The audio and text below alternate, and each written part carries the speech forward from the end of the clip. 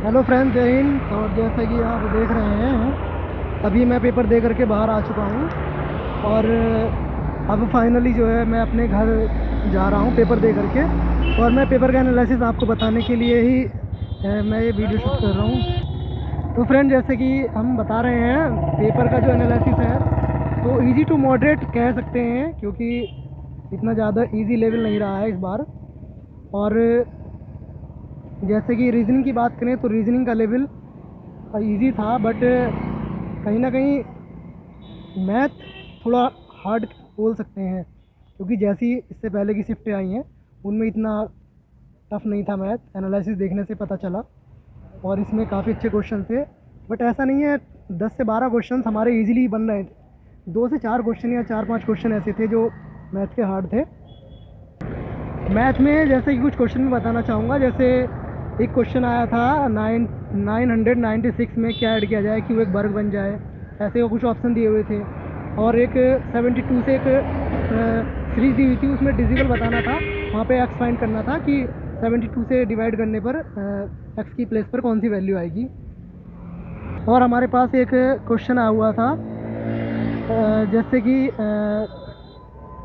कुछ ऐसी वैल्यू था 5.6 इसका क्यूब और प्लस 2.5 इसका क्यूब अपॉन में दे दिया था, और अपॉन में 5.6 का स्क्वायर माइनस 3.5 का स्क्वायर दे करके उन्हें सिंप्लीफाई करने के लिए बोला था।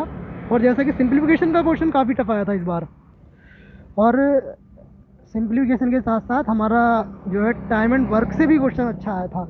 एलसीएम एचसीएफ से क्वेश्चन ऐसा था कि जिसमें वो कोई नंबर बन करके आता है, उसमें अंकों का सम पूछता है, तो उस लेवल का क्वेश्चन था। रीजनिंग में भी कोई ज़्यादा लेवल इतना हार्ड नहीं बोलेंगे, लेकिन इजी टू मॉडरेट बोल सकते हैं, क्योंकि रीजनिंग में सीरीज तो बहुत इजीली बन रही थी, और ब्लड रिलेशन जो था वो कोडिंग वाला था। और तुम्हारी एक सिटिंग आया था बहुत ही छोटा सा, सिटिंग के देन बाद में। और जैसे उस पर ये भी दिया था कि विटामिन ए की कमी से, विटामिन डी की कमी से कौन कौन से रोग होते हैं, तो उसमें रेशियो में जो वैल्यू होती है उस टाइप से एक क्वेश्चन आया हुआ था। लेकिन इंग्लिश का लेवल कहेंगे तो इंग्लिश का लेवल बहुत इजी रहा है।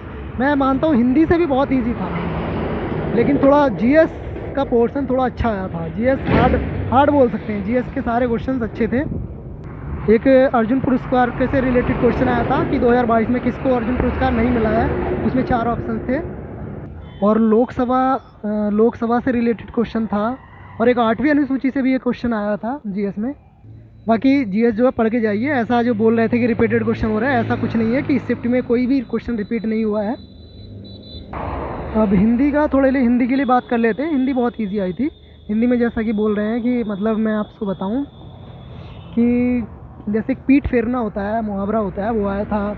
और उद्गम का संधि विच्छेद आया था। और एक हाथी वर्ड होता है, उसका हाथियों का बहुवचन, सामान्य बहुवचन शब्द बताना था। और एक जो पैसेज था हिंदी में, बहुत ही इजी पैसेज था, मात्र 4 से 5 लाइन का पैसेज था, जो बहुत ही इजीली बन रहा था। कंप्यूटर की बात करें तो कंप्यूटर बहुत इजी था। कंप्यूटर के बारे में अगर मैं बताऊं आपसे, तो कंप्यूटर के बारे में ये कह सकते हैं कि जिसने छोटी वाली जो न्यूज एंड होती है कंप्यूटर की, वो भी पढ़ ली है, तो कंप्यूटर कहीं ना कहीं उसका ऑलमोस्ट 20 क्वेश्चन बन जाएंगे। तो बाकी फ्रेंड चल रहे हैं, और मैं चलते चलते ही अपना बाकी का रिव्यू जो है पूरा करूँगा।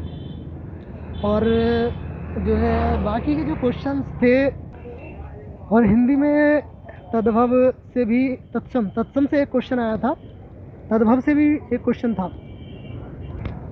इंग्लिश में मैं बताऊं तो फ्रेंड्स, इंग्लिश के पोर्शन में तुम्हारा जो बेसिकली नाउन होते हैं, जैसे नाउन, एडवर्ब, एडजेक्टिव होते हैं, तो इसमें जो है एडजेक्टिव से कुछ क्वेश्चन, एडजेक्टिव के बहुत ही बेसिक रूल पर क्वेश्चन था, फिल इन द ब्लैंक्स था।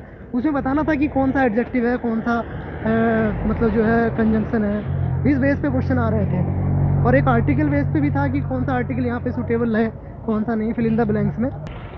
और एक स्पेलिंग आई थी, जो ये बताना था कौन सी करेक्ट स्पेलिंग है। स्पेलिंग ट्रीटमेंट था, और ट्रीटमेंट था, ओमनियस था, और एक पैसेंजर था। तो उसमें हमें बताना था कौन सी स्पेलिंग जो सही है। तो फ्रेंड्स चलिए, बाकी का रिव्यू जो है मैं थोड़ा बहुत जो बताऊंगा आपको रूम पर जा कर के बताऊंगा।